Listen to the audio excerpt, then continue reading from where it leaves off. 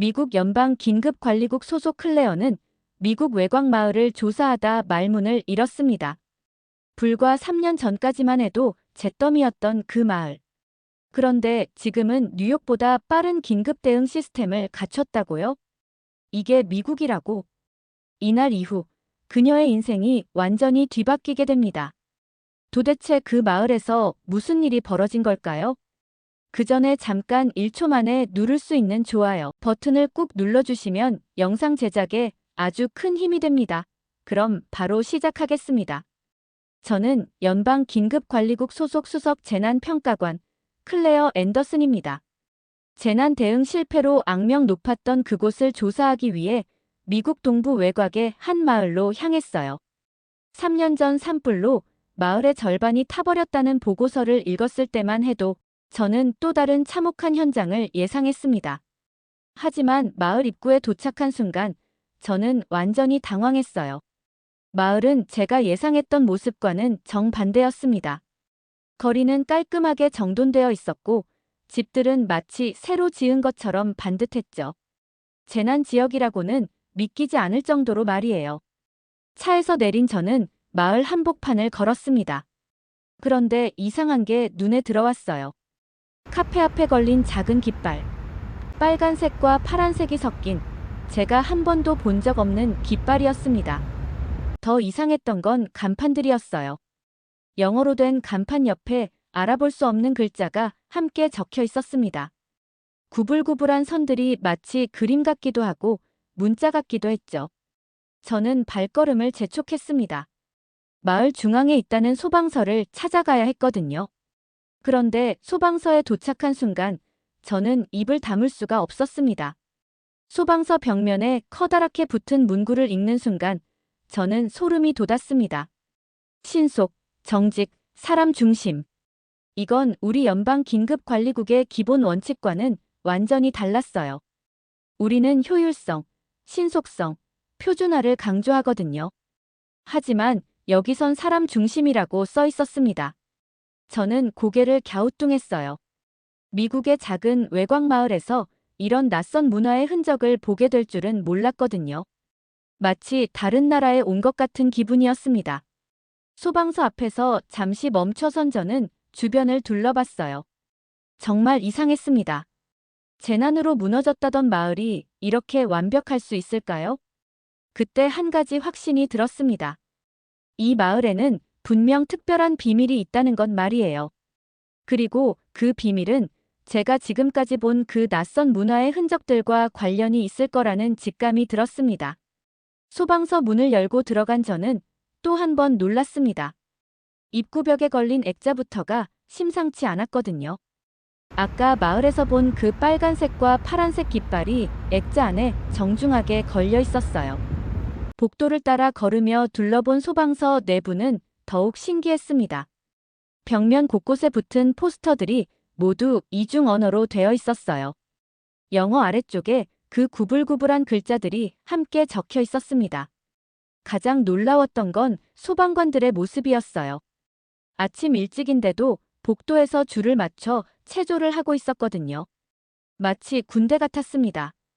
원투 쓰리 포, 원투 쓰리 포. 구령을 외치는 목소리가 복도에 울려 퍼졌어요. 저는 깜짝 놀랐습니다.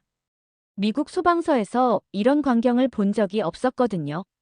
젊은 소방관 한 명이 저에게 다가왔어요. 그런데 말하는 방식이 특이했습니다. 안녕하세요. 어서 오십시오. 너무 정중했어요. 마치 손님을 맞이하는 것 같았습니다. 미국 소방관들은 보통 더 캐주얼하게 대하거든요. 소방서장을 만나러 가는 길에 저는 벽에 붙은 통계표를 봤어요. 정말 놀라운 수치들이었습니다. 화재 발생률이 전국 평균의 20%밖에 안 됐어요. 긴급 출동 시간은 3분 이내. 이건 뉴욕보다 빠른 수치였습니다. 도대체 어떻게 이런 결과가 나올 수 있지? 그때 한 이름이 계속 눈에 띄었어요. 벽에 붙은 감사패마다, 표창장마다 똑같은 이름이 적혀 있었거든요. 노태윤. 저는 그 이름을 중얼거렸습니다. 분명 동양계 이름 같았어요. 하지만 이 작은 마을에서 동양인을 본 적이 없었거든요. 한국 사람은 안 보이는데 왜 자꾸 한국의 그림자가 보이지? 중얼거리며 소방서장실 문을 두드렸어요. 이제 진실을 알아볼 시간이었습니다. 소방서장 톰 윌슨은 저를 보자마자 반갑게 악수를 청했어요. 저는 바로 본론으로 들어갔습니다. 이 마을의 변화가 정말 놀랍더군요. 3년 전 산불 이후 어떤 일이 있었던 건가요? 톰의 얼굴에 묘한 미소가 떠올랐어요. 그 이야기를 하려면 한 사람부터 말해야겠네요. 노태윤이라는 한국 사람 말입니다. 3년 전에 우리 마을에 왔어요. 한국의 국립재난안전연구원에서 파견된 연구원이었죠. 톰은 의자에 몸을 기대며 계속 말했습니다.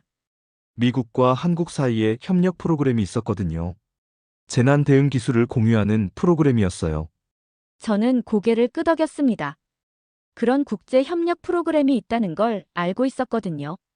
그런데 그 프로그램이 예산 문제로 6개월 만에 종료됐어요. 태윤도 한국으로 돌아가야 했고요. 그럼 지금은 없는 건가요? 톰이 고개를 저었습니다. 아니에요. 그게 바로 놀라운 점이에요. 태유는 프로그램이 끝났는데도 마을에 남겠다고 했거든요. 저는 눈썹을 치켜 올렸어요. 왜요? 그 친구 말이 이 마을은 아직 준비가 안 됐다고 하더군요. 자기가 책임감을 느낀다면서요. 톰의 목소리에 감동이 묻어났습니다. 처음엔 주민들이 그를 별로 신뢰하지 않았어요. 젊은 외국인이 와서 이래라 저래라 하니까 말이에요. 그럼 어떻게 신뢰를 얻었나요? 직접 행동으로 보여줬어요. 매일 아침 일찍 일어나서 집집마다 돌아다니며 안전 진단을 해줬거든요. 톰은 창밖을 바라보며 말을 이었습니다. 주말마다 마을 아이들과 재난 체험 캠프를 열었어요. 아이들에게 화재 대피 방법을 가르치고 응급처치도 알려주고요. 저는 관심이 생겼습니다. 아이들과 어떻게 소통했나요? 언어 문제는 없었나요? 그게 또 신기한 일이에요. 태유는 영어를 잘했지만 아이들이 오히려 한국어를 배우기 시작했거든요. 아이들이 태윤을 따라다니면서 한국어 인사말을 배우고 한국 노래도 부르더라고요. 톰의 얼굴이 밝아졌습니다. 그러면서 자연스럽게 어른들도 태윤을 받아들이기 시작했어요. 기술보다 앞선 것은 신뢰라는 걸 태윤이 보여준 거죠. 저는 메모를 하며 물었습니다. 그래서 지금도 이 마을에 있는 건가요? 물론이죠. 이제 태윤은 우리 마을의 일부예요. 아니, 우리 마을의 중심이라고 해야겠네요. 톰의 말을 들으며 저는 생각했습니다. 한국에서 온 한 사람이 어떻게 이 마을을 이렇게 바꿀 수 있었을까요? 톰은 커피를 한 모금 마시고 계속 이야기했습니다. 태윤이 가져온 건 단순한 기술이 아니었어요. 완전히 다른 방식의 사고였죠. 한국에는 의무소방단이라는 게 있대요. 일반 시민들이 자발적으로 참여하는 소방 조직이죠. 저는 고개를 끄덕였습니다. 미국에도 자원봉사 소방대가 있지만 그렇게 체계적이지는 않았거든요. 태유는 우리 마을에도 그런 시스템을 만들었어요. 하지만 더 특별한 건 반장 제도였어요. 반장요? 네. 한국에서는 동네마다 반장이 있어서 주민들을 챙긴대요. 태윤이 우리 마을에도 그런 시스템을 도입했죠. 톰은 벽에 걸린 조직도를 가리켰습니다. 보세요. 이제 우리 마을은 5개 구역으로 나뉘어 있어요. 각 구역마다 반장이 있고 그 밑에 총무가 있어요. 정말 체계적이었습니다. 마치 작은 정부 같았어요. 2주마다 전체 훈련을 해요. 모든 주민이 참여하죠. 아이부터 할머니까지 다 나와요. 태윤이 만든 규칙인데 이웃 먼저가 기본 원칙이에요. 톰은 흥미로운 이야기를 들려줬습니다. 재난이 발생하면 자신의 안전을 확보한 후 바로 옆집부터 확인하는 거예요. 혼자 도망가는 게 아니라 함께 피하는 거죠. 이건 정말 새로운 접근이었습니다. 미국에서는 보통 자신의 안전이 우선이라고 가르치거든요. 그리고 매일 아침마다 미팅을 해요. 태윤이 반상회라고 부르더군요. 한국에서 동네 사람들이 모여서 하는 회의래요. 우리도 매일 아침 7시에 모여서 그날의 안전 상황을 점검해요. 정말 놀라웠습니다. 미국 사람들이 매일 아침 모인다는 게 믿어지지 않았거든요. 아이들 교육도 특별해요. 매주 토요일마다 어린이 소방교실을 열어요. 게임하듯이 재난 대응을 가르치죠. 톰의 목소리가 더욱 열정적이 됐습니다. 화재 예방 캠페인도 정말 창의적이어요. 아이들이 직접 포스터를 그리고 한국어로 구호도 외치거든요. 한국어로요? 네. 조심해요, 안전해요, 이런 말들이요. 아이들이 정말 좋아해요. 저는 메모하며 감탄했습니다. 기술이 아닌 문화를 이식한 거였어요. 가장 중요한 건 사람 중심이라는 철학이에요. 태윤이 항상 하는 말이 있어요. 시스템은 사람을 위해 있는 거지, 사람이 시스템을 위해 있는 게 아니다라고 해요. 이 말을 들으며 저는 깨달았습니다. 한국식 시스템의 핵심은 기술이 아니라 공동체 의식이었던 거죠. 톰은 잠시 조용해졌습니다. 그리고 창밖을 바라보며 깊은 한숨을 쉬었어요. 사실 태윤에게는 힘든 시기가 있었어요. 정부 파견이 끝났을 때 태윤은 한국으로 돌아가야 했거든요. 톰의 목소리가 잠겼습니다. 그때가 정말 절망적이었어요. 이제 막 시스템이 자리 잡기 시작했는데 태윤이 떠난다니. 저는 톰의 표정을 주의 깊게 봤습니다. 진짜 슬퍼하고 있었거든요. 주민들이 모두 나서서 태윤을 붙잡으려고 했어요. 마을 회관에서 긴급 회의도 열고 그래서 어떻게 됐나요? 태윤이 스스로 결정했어요. 난 이 마을을 나 몰라라 할 수 없다고 하면서요. 톰의 목소리에 감동이 묻어났습니다. 그 친구가 한국 정부에 사직서를 냈어요. 안정된 공무원 자리를 포기한 거죠. 정말 놀라운 결정이었습니다. 외국에서 직장을 포기한다는 게 쉬운 일이 아니거든요. 그때 주민들이 정말 감동했어요. 태윤을 위해서 뭔가 해주고 싶다고 했죠. 그리고 집을 선물했어요. 마을 중앙에 있는 오래된 집을 주민들이 공동으로 리모델링해서 태윤에게 준 거예요. 톰은 사진 한 장을 꺼내 보여줬습니다. 예쁜 집 앞에서 많은 사람들이 웃고 있는 사진이었어요. 리모델링하는 동안 정말 재미있었어요. 남자들은 목공일하고 여자들은 인테리어하고 마치 축제 같았죠. 사진 속 태유는 30대 중반 정도로 보이는 한국 남자였습니다. 밝게 웃고 있는 모습이 인상적이었어요. 태윤은 처음엔 너무 큰 선물이라 받을 수 없다고 했지만 할머니들이 나섰어요. 우리 아들이 어디 가서 살겠냐면서 억지로 받게 했죠. 톰이 웃으며 말했습니다. 그때부터 태윤은 정말 우리 가족이 됐어요. 하지만 경제적으로는 어려웠을 텐데요. 맞아요. 월급이 확 줄었죠. 한국에서 받던 것의 3분의 1도 안 됐어요. 대신 마을에서 조금씩 생활비를 도와줬죠. 각 가정에서 조금씩 모아서요. 저는 깊은 감동을 받았습니다. 떠날 수 있었던 순간에 남기로 선택한 태윤, 그리고 그런 태윤을 품어준 마을 사람들. 태윤이 자주 하는 말이 있어요. 진짜 보람은 돈으로 살 수 없다고 해요. 톰의 말을 듣며 저는 생각했습니다. 과연 저라면 그런 선택을 할 수 있을까요? 그는 떠날 수 있었지만 남는 것을 선택했어요. 그 선택이 이 마을을 완전히 바꿔놓았죠. 톰은 저를 밖으로 안내했습니다. 이제 태윤이 만든 시스템을 직접 보여드릴게요. 마을을 걸으며 톰이 설명했습니다. 보세요. 모든 집에 저 작은 박스가 있어요. 집집마다 벽에 작은 전자기기가 달려 있었습니다. 스마트 안전망이에요. 태윤이 설계한 건데 응급 상황이 발생하면 자동으로 알람이 울려요. 화재나 가스 누출이 감지되면 즉시 모든 집에 경보가 울려요. 동시에 모든 주민의 휴대폰에 문자가 가죠. 걸어가며 보니 집들의 구조도 특이했습니다. 집들이 다 비슷하게 생겼네요. 태윤이 한국의 전통 건축 방식을 응용했어요. 화재에 강하고 친환경적이죠. 한 집 앞에서 톰이 멈춰 섰습니다. 여기 사는 팀이라는 친구가 있어요. 소방대원인데 처음엔 태윤을 많이 의심했거든요. 마침 그 집에서 젊은 남자가 나왔습니다. 건장한 체격의 소방관이었어요. 팀은 저와 악수하며 말했습니다. 솔직히 처음엔 의심했죠. 한국에서 온 젊은 친구가 뭘 안다고. 지금은 어떤가요? 팀의 얼굴이 밝아졌습니다. 완전히 바뀌었어요. 한국식 시스템은 감정까지 같이 움직이게 만들더군요. 감정까지요? 예를 들어서 훈련할 때도 그냥 의무적으로 하는 게 아니라 정말 가족을 지킨다는 마음으로 하게 돼요. 팀이 설명을 계속했습니다. 태윤이 가르쳐준 한국어 구호가 있어요. 우리가 지킨다는 뜻이래요. 한국어로 구호를 외치나요? 처음엔 어색했는데 지금은 그게 더 힘이 나요. 뭔가 특별한 느낌이 들거든요. 우리는 마을 중앙광장에 도착했습니다. 거기서 놀라운 광경을 봤어요. 아이들이 원을 그리고 앉아서 노래를 부르고 있었거든요. 그런데 가사가 한국어와 영어가 섞여 있었어요. 화제 대피 노래예요. 태윤이 만든 건데 아이들이 정말 좋아해요. 아이들의 맑은 목소리가 광장에 울려 퍼졌습니다. 정말 신기한 광경이었어요. 매년 한미 소방 교류 행사도 열어요.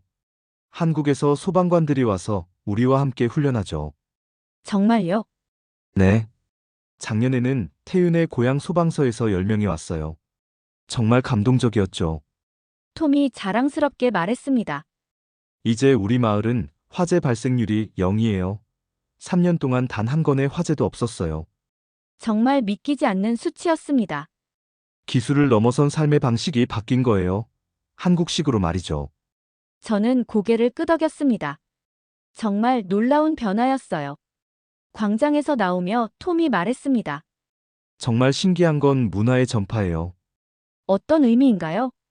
아이들이 자발적으로 한국어를 배우기 시작했어요. 처음엔 태윤과 대화하려고 시작했는데 이제는 정말 좋아해요. 길을 걷다가 한 아이가 뛰어와서 저희에게 말했습니다. 톰 아저씨, 태윤 선생님이 소방관님 감사합니다는 한국어로 뭐라고 하는지 가르쳐 주셨어요. 아이는 신이 나서 한국어를 따라했어요. 발음이 어설펐지만 정말 열심이었습니다. 저는 미소를 지을 수밖에 없었어요. 이런 광경을 볼 줄이야. 마을 방송국 앞을 지나는데 스피커에서 나오는 안내방송이 특이했습니다. 영어 다음에 한국어가 나왔거든요. 오늘은 화요일 오후 2시 소방 훈련 시간입니다.